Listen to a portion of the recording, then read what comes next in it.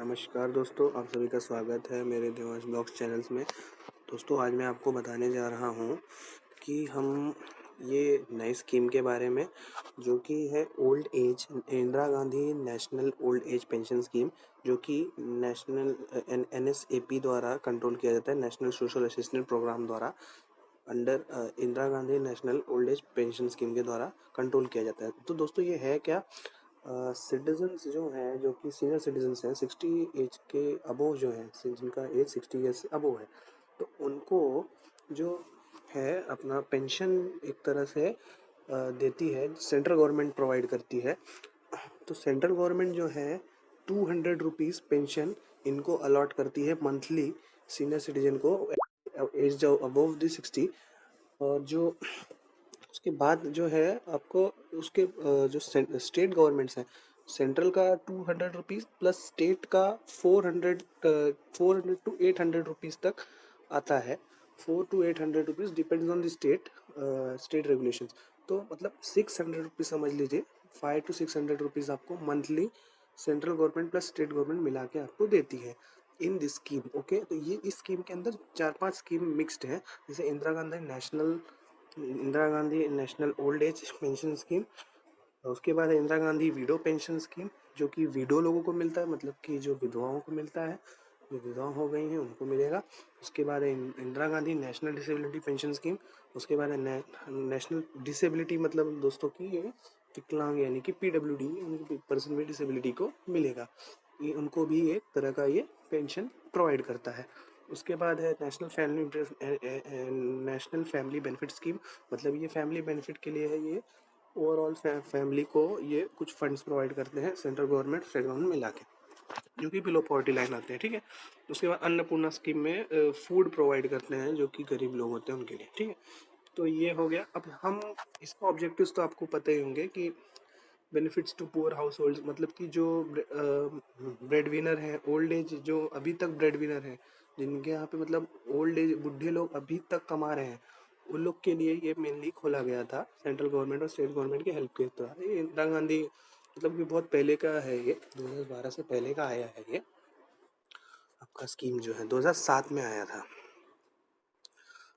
ठीक है, तो ये भरने के लिए आपके पास क्या क्या होना चाहिए, तो इसकी एलिजिबिलिटी क्राइटेरिया अगर हम लोग देखते हैं, बेनिफिट्स तो देखिए यही जो है हमने पढ़ा कि 200 रुपया 80 ईयर्स तक, 60 ईयर्स के एज से आपको ये मिलना शुरू होगा मंथली। 200 रुपीज़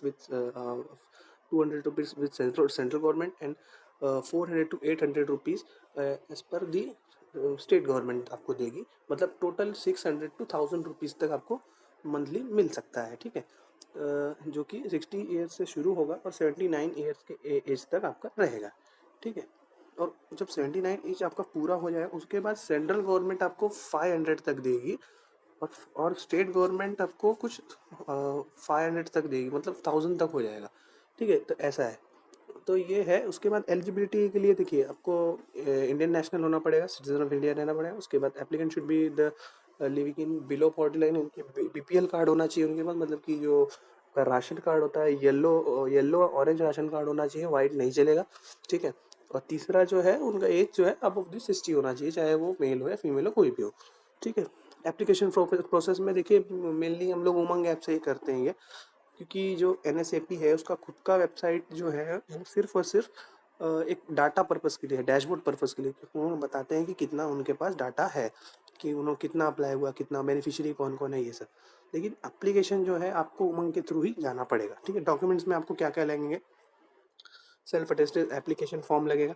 ये ऑफलाइन प्रोसेस के लिए है। ऑफलाइन प्रोसेस में आपको ये NSAP के ऑफिस में जाके सबमिट करना पड़ता है। ठीक है, तो इसमें आपका फॉर्म लगेगा with self attested application form, उसको साइन करके उसके बाद डोमिसाइल आपका लगेगा, जो मतलब जिनके लिए अप्लाई करना है, जिनका एज है SSC है वो है, उनके लिए अप्लाई करना है, तो उनका डोमिसाइल लगेगा। उसके बाद उनका रेजिडेंशियल प्रूफ लगेगा, वोटर ID हो गया, बिजली का बिल हो गया या आधार कार्ड हो गया, वो लगेगा। या तो एज प्रूफ में लगेगा आपका बर्थ सर्टिफिकेट, जो कि म्यूनसिपाली द्वारा या SHO जो हो रहा है या मेडिकल बोर्ड द्वारा जो है आपका एज प्रूफ के लिए बर्थ सर्टिफिकेट हो, या आपका वो भी चल सकता है, क्या बोलते हैं, अ, आपका HSC SSC का पासिंग सर्टिफिकेट भी चलेगा। ठीक है। फिर आधार नंबर लगेगा, बैंक पासबुक रहेगा, और वो बैंक पासबुक एनपीसीआई डीबीटी से लिंकिंग रहना चाहिए। एनपीसीआई क्या है मैं आपको थोड़ी देर में बताता हूँ। उसके बाद राशन कार्ड आपका रहना चाहिए बिलो पॉवर्टी लाइन का, ऑरेंज या येलो, और उसके बाद की कोर्ट का अटेस्टेड रहना चाहिए कि मजिस्ट्रेट का साइन के साथ कि मेरा ऐसा ऐसा है, मेरा इनकम ये है, मेरा एज ये है, मुझे पेंशन की ज़रूरत है। ठीक है, ठीक है, ये हो गया। ठीक है, अभी हम लोग ये देखते हैं एप्लीकेशन प्रोसेस है क्या आखिर। ठीक है, तो हम आपको बताते हैं। देखिए, हम लोग पहले जाएंगे उमंग ऐप में। देखिए, मैंने दोस्तों ये उमंग ऐप मैंने डाउनलोड किया है। ठीक है, जब आप उमंग ऐप ओपन करेंगे तो आपको लॉगिन का ऑप्शन आएगा या साइन अप का ऑप्शन आएगा। तो आप या तो आधार के थ्रू या तो एज ए गेस्ट भी लॉगिन कर सकते हैं। ठीक है, अब इसके बाद हमने क्या किया है कि अब मैं इस सर्च पोर्टल पे गया हूँ। ठीक है, अब इस सर्च पोर्टल में हम बहुत सारे काम कर सकते हैं। वो आपको पता होगा, उमंग ऐप से EPFO employ provident fund organisation का पूरा डाटा हम लोग निकाल सकते हैं, आधार का निकाल सकते हैं, ईएसआईसी का निकाल सकते हैं, एम्प्लॉय स्टेट इंश्योरेंस कॉर्पोरेशन का सब हम लोग पासबुक निकाल सकते हैं। क्लेम जो हम लोग ने ईपीएफओ का क्लेम किया है वो सब हम लोग चेक कर सकते हैं। ठीक है, उमंग ऐप का आपको पता होगा। अब उसके बाद हम लोग ये देखते हैं कि अप्लाई कैसे करें। तो हम लोग यहाँ पे सर्च में जाएंगे, एनएसएपी में टाइप करेंगे। एनएसएपी जब हम लोग टाइप करेंगे तो पहला ऑप्शन आ रहा है Indira Gandhi national old age pension scheme. इसमें हम लोग क्लिक करेंगे। ये हम लोग ने क्लिक किया तो अभी स्कीम डिटेल्स में हमको ले जाएगा, माई स्कीम डिटेल्स। ठीक है, तो अब हम लोग क्या करेंगे, यहाँ पे इसने पूरा डिटेल्स दे दिया है कि ऐसा ऐसा है, ऐसा ऐसा लॉन्च हुआ है। 200 रुपीज़ सेंट्रल गवर्नमेंट देगी और 400 टू मतलब 800 रुपीज़ और अप्रॉक्स आपकी स्टेट गवर्नमेंट देगी। ठीक है, उसके बाद बेनिफिट्स वगैरह सब हमने देख लिया है। अब हम लोग एप्लीकेशन कैसे करेंगे, यहाँ पे अप्लाई पे क्लिक करेंगे। अप्लाई पे जैसे हम लोग क्लिक करेंगे तो हमारा ये ऑप्शन खुल जाएगा। पहले हम लोग क्या करेंगे, जिनके लिए हमको भरना है उनका हम लोग पहले डालेंगे स्कीम कौन सा भर रहे हैं। जैसे कि Indira Gandhi national old age वाला ये वाला है सेकंड ऑप्शन। ये है डिसेबिलिटी वाला, मतलब जो डिसेबल है उनके लिए है। ये विडो वाला है थर्ड वाला। उसके बाद ये फैमिली बेनिफिट का है। तो इंदिरा गांधी नेशनल वाला ये, इसमें हम लोग क्लिक करेंगे जो ओल्ड एज वालों के लिए है। उसके बाद हम लोग अपना स्टेट सेलेक्ट करेंगे, जो भी आपका स्टेट है वो सब सिलेक्ट करेंगे। ठीक है, स्टेट आपका सिलेक्ट करेंगे, डिस्ट्रिक्ट सिलेक्ट करेंगे, एरिया सिलेक्ट करेंगे जो आपका एरिया आएगा डिस्ट्रिक्ट। उसके बाद सब डिस्ट्रिक्ट या म्यूनसिपल कॉर्पोरेशन, उसके बाद ग्राम पंचायत और विलेज हैबिटेशन, और आपका नेम एक्चुअल जो आपका नेम एज पर आधार रहेगा वो नेम के बाद आपके फादर का नेम या हस्बैंड आपके हैं तो हस्बैंड का नेम जो है उनका नेम। उसके बाद आपका gender, date of birth, age, caste आपको डालना है। जो आपकी कास्ट होती है वो डाल सकते हैं आप, में आएगा जनरल ओबीसी जो भी है वो डालना है। ठीक है, उसके बाद पिन कोड डाल के हमको नेक्स्ट पे क्लिक करना है। नेक्स्ट पे क्लिक करेंगे तो हमारा अकाउंट डिटेल्स में आएगा। देखिए, अकाउंट डिटेल्स में कैसा है कि बेनिफिशियरी नंबर मतलब कि अकाउंट नंबर आएगा। ठीक है, उसके बाद उस अकाउंट से, उस बेनिफिशियरी नंबर से या अकाउंट से जो मोबाइल नंबर लिंक्ड है वो हमको इसमें डालना है। उसके बाद पेमेंट मोड आप सिलेक्ट करेंगे कि आपको कैसे पेमेंट लेना है। तो पेमेंट एनईएफटी जो है आपका एनईएफटी या डायरेक्ट बेनिफिट ट्रांसफर से होता है। डायरेक्ट बेनिफिट ट्रांसफर के लिए आपका जो है वो एनपीसीआई से आपका लिंकिंग होना चाहिए। उसके बाद फिर आपका एक आधार वेरिफिकेशन होता है। उसमें आपका नेम एज पर आधार डालेंगे, आधार नंबर डालेंगे, आपका आधार का फोटो डालेंगे और प्रीव्यू करके सबमिट कर देंगे। आधार वेरिफिकेशन होते ही आपका ये फॉर्म सबमिट हो जाएगा। ये चला जाएगा आपका सेंट्रल गवर्नमेंट पर एनएसएपी के पास। तो अब मैं जो बता रहा था अकाउंट डिटेल्स में, ये जो आप अकाउंट डालेंगे ये बहुत ध्यान वाली चीज़ है दोस्तों, समझ लीजिएगा कि जब ये आप अकाउंट डालेंगे तो ये आपका जो बैंक अकाउंट है ये आपका एनपीसीआई से लिंक रहना चाहिए डायरेक्ट बेनिफिट ट्रांसफ़र के लिए। क्योंकि जो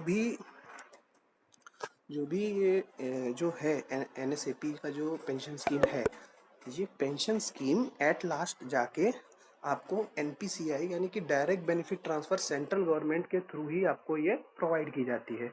मतलब ओवरऑल फंड सेंट्रल गवर्नमेंट के थ्रू ही मिलता है। तो एनपीसीआई से आपका जो बैंक अकाउंट है वो लिंक होना चाहिए। तो कैसे हम चेक करेंगे कि हमारा बैंक अकाउंट जो हम लोग डालेंगे इस एनएसएपी में वो लिंक है कि नहीं। तो उसके लिए हम जाएंगे एनपीसीआई पे सर्च करेंगे, गूगल पे ओपन करेंगे। ओपन में यहाँ पे देखिए कंज्यूमर का ऑप्शन आएगा, इधर प्रोडक्ट के नीचे कंज्यूमर का ऑप्शन।